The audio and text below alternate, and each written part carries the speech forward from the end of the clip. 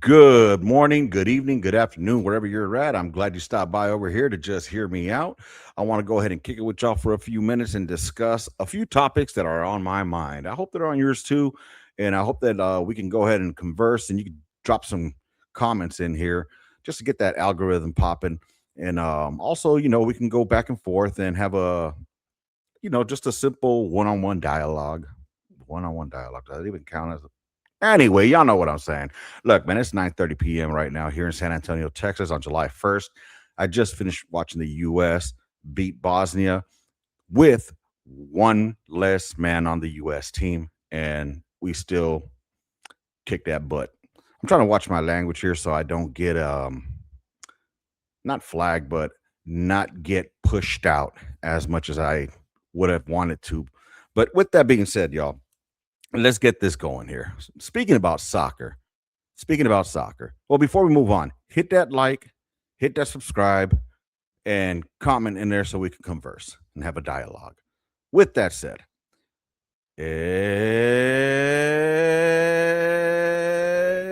puto. Yes, apparently that chant, that little word right there has a lot of people around the world up in arms saying that it's a homophobic slur and that it should not be chanted during these World Cup games. And to that, I say, stop being such a puto. Because honestly, you're not going to change it. It's just part of the culture. All right. It's not meant to be in a derogatory way. It's said in a way to, I guess you could say, distract. You know what I'm saying? But it's entertaining, man. It's fun. It's not like they're using the other word, which is really a slur, which let's just say it starts with Mari. All right.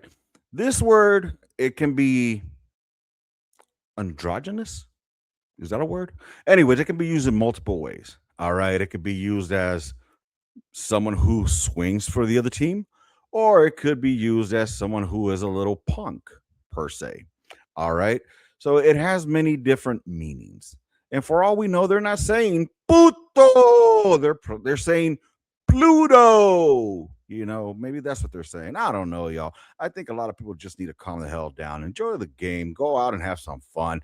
It's no worse than what you're probably hearing all the other people say around you whenever their team is getting either beat or there's a foul and somebody's dropping F bombs and MFers and S's, sugar honey iced teas, as my daughters say. Quit crying. Seriously, quit crying. All right. Let it be. Be like the Beatles, man. Be like John Lennon. Just let it be, yo. Enjoy it. It's a fun atmosphere. And it seems that the only ones that are up in arms are those that your usual SJWs. You know what I mean? That always got to find a reason to cry about something. You know what I mean? So, anywho, what do y'all think about that? Do you think that they should cut that out there in Mexico? Do you think they should be fining Mexico? I just saw one where they fined them $170,000. I didn't even know Mexico had that much money. First of all, but I mean that's a big fine, y'all. For what? A word that nobody it is taking offense to on the field. I'm sure a lot of people that go there that play the game are they're pretty much expecting it already. It's kind of almost like a rite of passage, I would say. To be called up puto when you're kicking that ball. But I'm just saying. I mean, and for those that don't know what I'm talking about, it's just a little chant that they do whenever the goaltender or the goalkeeper from the opposite team is kicking out from the goal area. So I'm just saying, quit your crying, grow up. I've heard a lot worse things going to baseball games, going to football games, going to soccer games. I've heard worse language in the bleachers, in the seats, in the stands, that are really horrible that kids should not be hearing, but a little puto. It's not that bad, all right? So y'all need to stop being some putos and grow out of it, man. Get out of it. Or maybe y'all should take it to the courts, kind of like the Supreme Court, see what they have to say. Because I mean, damn, they just ruled out a couple of things right now recently that I don't know. I think they hit the nail on the head on a few of them. Well, mainly there's two of them that I want to talk about. So let's talk about the Supreme Court recently with its rulings that they came down on. One being athletes who were born a certain way but identify a different way, but they don't want to play with the way that they were born. They want to play with the other way, if that makes sense. So I'm trying to keep it, in between the lines, y'all. But with that being said, I think they hit that one right, y'all. Seriously.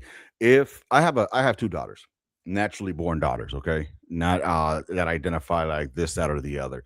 Because unfortunately, they could try that all day, but we don't play that shit here in my house. It's not something that we do. All right. Not that we discourage it, but we don't encourage it, if that makes sense. So, anywho, I think that when you have people that are born male and transition, quote unquote, to female and are now identifying as that, they should not be allowed to play in sports with other females. They have an advantage. All right. They have an advantage. There's a reason that when kids are kids, like toddlers, not toddlers, but when they're like, in those ages, 6, 7, 8, 9, 10, 11, 12, they still play in those co-ed sports. But there's a reason afterwards that they switch to their own. And that's because there's going to be one specific gender that is going to have a bigger advantage over the other. Now, one thing I trip out on is I see all these boys that say they're girls want to play in the girl sports, but I don't see it the other way around. I don't see it where girls who say they're boys want to go and play in boys sports. Now, I wonder why that would be. Would that be because first of all, they probably give them a seat because they don't want to be the schools or the athletic clubs don't want to be called, homophobic or whatever, but they'll just be riding that bench because honestly, am I going to put somebody in there just to, make them feel included or do we want to win? I mean, I'm not saying that there's not females out there that couldn't hang with the boys. I'm sure there are. There's exceptions to the rules to everything. However, I'm not going to bench one of my best players just to have a mediocre player play. Not if I'm playing at a level where, or not if I'm coaching a team that's in a level of wanting to win. You know what I mean? So here's the deal: girls play with girls, boys play with boys, and let's go ahead and have a trans league. How about that? Have a trans league where they can play each other. You know what I mean? And once the game's over, they can identify who won. I don't know. I don't even know. You don't even have to keep score. Just to identify that we're both winners. That's it. You know what I mean? You guys just want to play for the sport. Others want to play to win. So that's where I think that they got it right. They hit the nail on the head good on that one. Of course, there have those out there saying that it's transphobic, it's homophobic, and all that stuff. Unfortunately, I don't believe it is. I think they hit the nail on the head on this one, and they got it right. Now, the next one is it has to do with something that hits pretty close to home. The next one was about birthright citizenship. Birthright citizenship originally, according to what I'm hearing, it was meant for the black folk who were born in the states, and that way they can be recognized as American citizens because they were born in this country. And throughout time, it just stayed that way that if you were born here, you're American, and that's that. Now, my question is that really a bad thing that that you have to make it that a person who was born here was born to someone who was legally here? I mean, I think that again, it affects me because my parents came here illegally in the beginning, and then it got legal. And my brother was the first anchor baby in our family. And shout out to my brother Doug.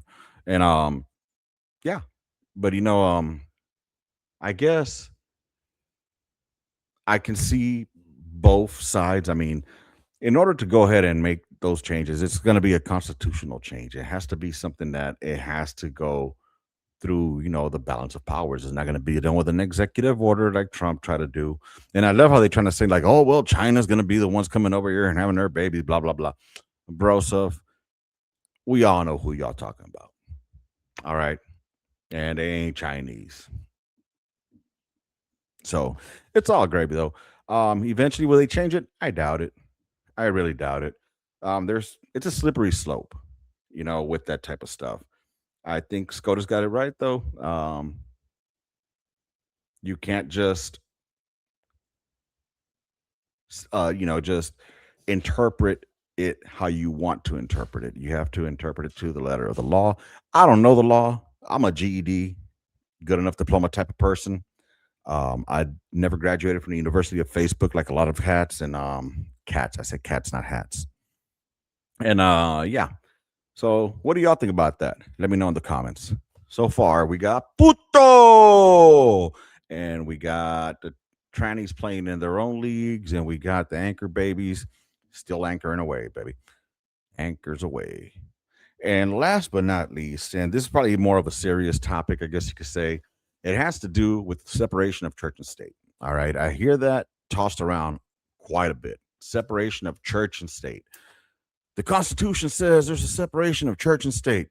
Look, if you could find in that Constitution where it says there's a separation of church and state, those words verbatim, I will self deport my ass back to LA. Now, I'm from LA originally, but I live in Texas now. That'll be a deportation for me, trust me. But anywho, the point I'm trying to make is that those words are nowhere in the Constitution. Okay. What the Constitution does say, though, is Congress shall make no law respecting an establishment of religion or prohibiting the free exercise thereof, meaning that the government is not going to have a national religion. We are not a theocracy. We will not be pushing one religion over another. All right. So, with that being said, that comes down to Texas. Texas has now made it mandatory that biblical passages be part of a reading list. Now, at first, I was like, you know what? Wow, I don't really see the harm in it, as long as it's not something that is being told as like a historical fact. Granted, full disclosure, I do believe in the Bible. I am a follower of Christ. I know you guys may not believe it because of my demeanor and the languages I use. I'm not the best Christian out there. I'm just trying to be the best person I can be. But with that said, yeah, that's what that means. All right.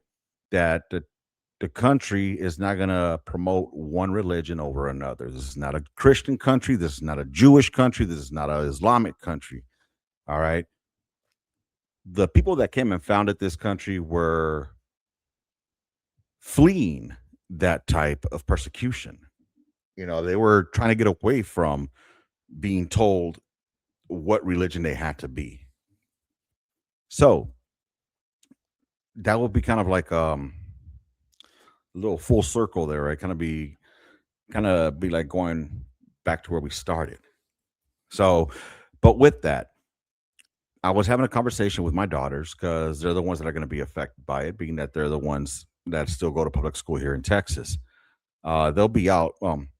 They'll still be in school in 2030 when it's getting implemented. But I asked them, like, how do you feel about it? Because they're not church going. They're not Christian embracing children of mine. I'm letting them find God whenever they're ready, because I want them to get to know Christ when they're ready, rather than me push it on them. All right. Or indoctrinate, as people like to say. Um, my son, on the other hand, he's all about it. Daniel is like, oh, yeah, I know the story of Jonah. Oh, I know the story of David and Goliath. I know the one about Daniel in the lion's den. I mean, so he knows all those stories, you know. So to him, it's like, hey, I'm good. But that's because he comes to church with us. You know what I mean?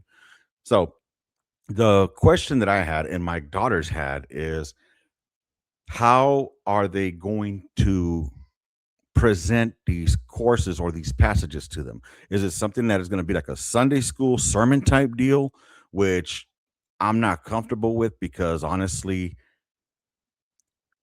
once again, our government cannot simply promote one religion. Now, I get it if you want to go into technicalities. Noah's Ark, that's one that they were going to talk about. That's shared among the top three religions. All right. Um, a lot of the Old Testament is shared. All right. So it's not just a lot of people want to say it's Christian theology that's being thrown out there, but it's not just Christian theology. It's biblical passages. All right. Now, if they were just gonna focus on like Acts, or if they're gonna focus on Matthew, Mark, and Luke, and stuff like that, then I'd be like, okay. But that's where I have an issue now, though. So let me rewind a bit. So some of the curriculum that they have that they're gonna teach is I got it written down right here. I know you guys can't see because that blurry ass back, but I got it written down here. So what's been approved is Noah's Ark, David and Goliath, Daniel and the Lion's Den, then readings from Luke 14:7 through 11, which is the necessity of humility. They're going to talk about Moses, uh, pretty much Exodus 3 and 4, and then not to be, I can't even read my own writing right now, bro. But look, where I kind of had a bit of a issue with, even though I love these, it's the Beatitudes. Now, how are they gonna explain that? What are they gonna want to do? Are they wanting to read it kind of like they would like a poem? I mean, I get it, it's in English classes, not in history. So I kind of see that. But in that sense, you might end up offending someone who is a believer, and then you're gonna be like, well, no, this is actually a fact. You see what I'm saying? So I don't understand why they're doing. I mean, I do understand why they're doing it, and I'll be honest. The reason that this is happening, this is just me, so just hear me out. I think it's because we spent all those years from the left pushing their agendas on us. Like, I mean, shoving everything in our face. I mean, even the army recruiting video. Oh my god, that was redunculous. You know, and pushing ideologies to where you had kids questioning their own being. Okay. So now that that's starting to dwindle down, now here comes the far right coming with their complete opposite and equal reaction. Good old Newton. For every action, there is an equal and opposite reaction. Something like that. Again, GED. So I want to know what y'all think about that, man. Me, I believe that it's a fine line, and we're we're starting to cross it because then it sets a precedent, and I'm all about avoiding setting precedents. All right. So with that being said, let me know what y'all think, man. I hope y'all made it through. Hit that like, hit that subscribe, and hit me in the comments. Let me know what y'all think. Hit me up on the gun line at gmail.com. That's the old show's name, On the Gun Line Podcast, but now it's just hear me out. But the email's still the same, on the gun line at gmail.com. Hit me up there if you guys got some topics, if you guys got some words that you want to express, that's too long for a comment. You want me to read it? I can read it. I can leave you anonymous. Just hit me up. I'd like to converse with y'all, and hope y'all enjoyed it. And let me know what I can do better, because all I can do is improve. All right, y'all. Thanks for being here with me, and thanks for just hearing me out. I'm D-Lo. Y'all have a great one. Love, peace, and hair grease. Deuces, y'all. You can't see the deuces because of the damn back and forth thing. Deuces.